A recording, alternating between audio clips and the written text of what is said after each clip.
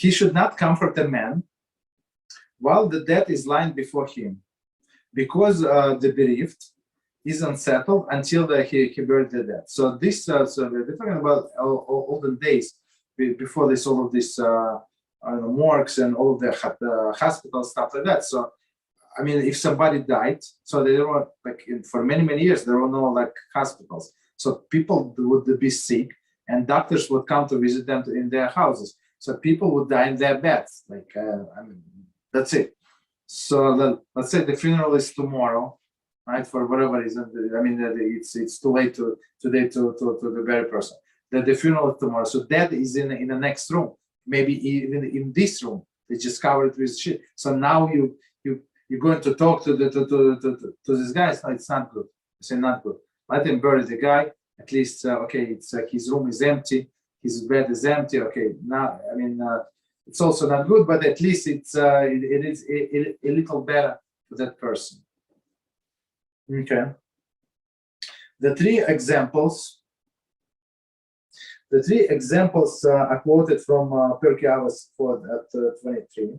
Counting on the Mishnah, the Rambam states, this is simple. It is ethical advice that enables one to improve one's friendly relations with others. So basically, Rambam say, don't be a hero. So that there is a time when a comfort somebody, it's going to be a different time, not right now. Right. Yeah, go ahead. Let's say there's someone right now. Not every time you give someone musar, it's about something deraisa, right? It's just in general musar. Okay. Yeah. And a lot of people don't like to hear musar, and they get angry, and they get this, and they get that. So, do you not give those people musar at all, or what? So okay, so here's the thing. So, if it's musar is a rebuke. So you're talking about halachah of rebuking. That's the bottom line. Just so you know, so we're clear what we're going to discuss now. So if it's a Torah obligation, so Rambam said until he's going to hit you, or he's angry, so angry that he's about to hit you. But if it's a rabbinical, so you might be more lenient. You understand? So if he's driving on Shabbos and he understands, and you told him, okay, I mean, you told him so many times, he does not care. So I mean, what can you do? So I have a question like this then. Let's say a woman tells another woman that she's not allowed to wear pants, right? But pants, I'm pretty sure the problem is what's it called? Rabbinical, correct? It depends if they're tight pants. So it's a biblical, I would say, because it's a modesty. If they're night tight and they the problem is the pants. So step back, right? So there is one of the 613 mitzvahs. I think it's one of them, right? So the woman cannot go, cannot wear the men's dress, and the man cannot wear the women's dress, and it includes all of the other things that women do. For example, men are not allowed to do, right? So, for example, the women shave underarms. Men are not allowed to shave underarms. Or women like plug the eyebrows. Men are not supposed. I mean, if something bothers him, whatever, so that's a different issue. Like once, but for beauty, absolutely not. Or women shave their body, while men are not allowed to shave their body. Stuff like that. You understand this? So and pants, of course, it's a men clothing. And so women are not supposed to. It's modesty issue and this second issue. You understand? Two issues. And same with all other things. Like whatever men do, like men carry a gun, so women are not supposed to carry a gun because of this condition, for example. So let's say she's talking too much with some guy, right? You know, it's just a Mishnah in Pirkei Avos, right? So they're good friends. They speak at the office about something. Okay, so you don't rebuke them for that. They're just talking. It's only rabbinical. This talking could bring to bad things. So this lady, like I was trying to it was a nightmare for me. So I actually asked human resources after many years. So I said, maybe, we have a beautiful cube next to the window. Maybe somebody wants to move in because and it was another lady, friend with this, and she was sitting next to the bathroom, right? So like next to the bathroom. So I said to human resources, so maybe this lady been working for the company, stuff like that. Maybe we want to give her this new cube, and they say, yeah, thank you. So consider it. So that they moved that new lady, and she started bothering me. They just talk together. You understand? Unless that one was sick, she would talk to me. But otherwise, you understand? So it's not appropriate for because it's going to bring to the something bad, almost guaranteed. If it's this lady, if it's different lady. So it was very hard for me. I was struggling. So I want to tell her something. I said, I'm busy, but she would beg me for 5 minutes. I said, okay, 5 minutes. I would quiet, do not ask questions, or try not to ask questions, so not to provoke the longer story.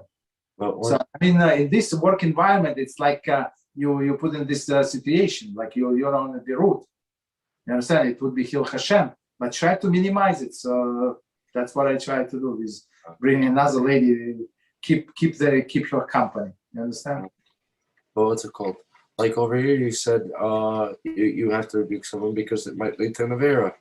But also, if they do something against, if they do something rabbinical, why did the rabbis put it there? Because it might lead to an avera. So you should also have to rebuke them for something rabbinical, no? No, of course you have to. I apologize. Maybe I misspoke. So you have to rebuke for rabbinical also, but not as much. I apologize. Not as much as for biblical. So, for example, sometimes if you see the person is not ready, so just keep it, just forget it.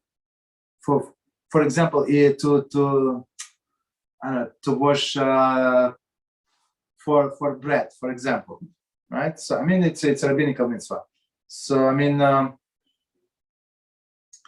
if you're going to insist and it's going to make this person angry, stuff like that, so just leave him alone. He said once, and he heard it, and he said, "I'm not going to do it." Basically. What about rebuking for a mitzvah that one doesn't have to do? For example, tzitzis, right? So for that, am I allowed to rebuke him constantly or no? I would say no. No, because it's like it became a mitzvah. So basically, the mitzvah is if you have 4-cornered garment, you have to tie the tzitzis. Okay, so I would say a rebuke is not the right approach. So the right approach would be to explain that person how much reward he's missing for such an easy mitzvah. Understood. So okay. If someone for, let's say, you said we're allowed to rebuke someone for rabbinical mitzvah, let's say 1 time, 2 times maybe, right? Two times. So if you see that it's not going through, just leave him alone. Right. But what if he gets angry the first, like, he's going to get angry on the first time you say it? I mean, if he's going to get angry, you don't rebuke him for rabbinical at all. Understood. At all. So this muktzah thing, right? So just leave him alone. The guy's crazy. I mean, he's not smoking on Shabbos. That's good. He's not driving to movies. Okay, just leave him alone. Understand? He's okay. There are people like that. So many times, like if you rebuke too much, he's going to quit everything. Like somebody was telling, somebody's parents tell this guy. So if you don't stop, so they became Shomer Shabbos. So if you don't stop, they're going to stop this Shomer Shabbos. You understand? So whatever they wanted to stop doing whatever to do.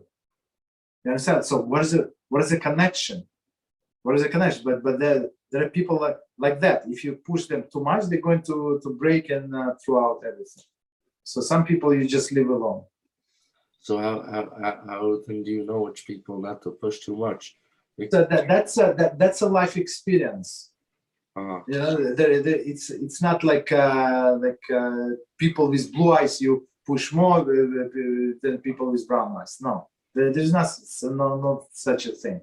So you have to use your Torah mind, right? Whatever, you learn, you experience life, and that's how you know. That's why you ask Rabbi what to do, because he's supposed to have a life experience. So then I have a question like this for you. Like, for example, let's say you only have one, let's say you don't know Halachah, right? But you read something from the Gemara. Now, you can't paskin off the Gemara, but it's the only thing you know, so you have to go like the Gemara, correct? No. Really? But you don't know the Halachah at all. It's better to go off of this one opinion. But what, I mean, first of all, who are you to draw the conclusion from Gemara? Even if they say Halachah like this, does not mean that we're doing exactly like that. No, I completely agree with you, but let's say you're locked in the room, you can't ask anyone, right, about the Halachah. So don't do it. So I give you the different approach. So if you don't know what to do, don't do anything. So a person is punished. Let's say there is approach only for deeds, for actions. So if you're inactive, so even you had the opportunity to do mitzvah, right? But you did not know details how to do it. You just stayed back. Okay, so it's actually would be in some case, I don't know, even reward, because you could have done something bad. Because my question is going to be like this. For example, some boys at my yeshiva, right? Now the rabbis try to do some kiruv, so on and so forth. Now the rabbis have some of them have a much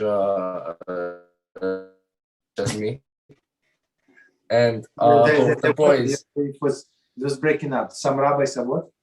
The rabbis don't have such. They go easier on the boys. Some of them. Oh no, easier on the boys. Okay, yeah. Go easier. But I know there's some boys where they can tell me to go easy. They can say go easy on everyone. But I know if you go too easy on these boys, then they turn into nothing. It takes them 5-10 years to become frum.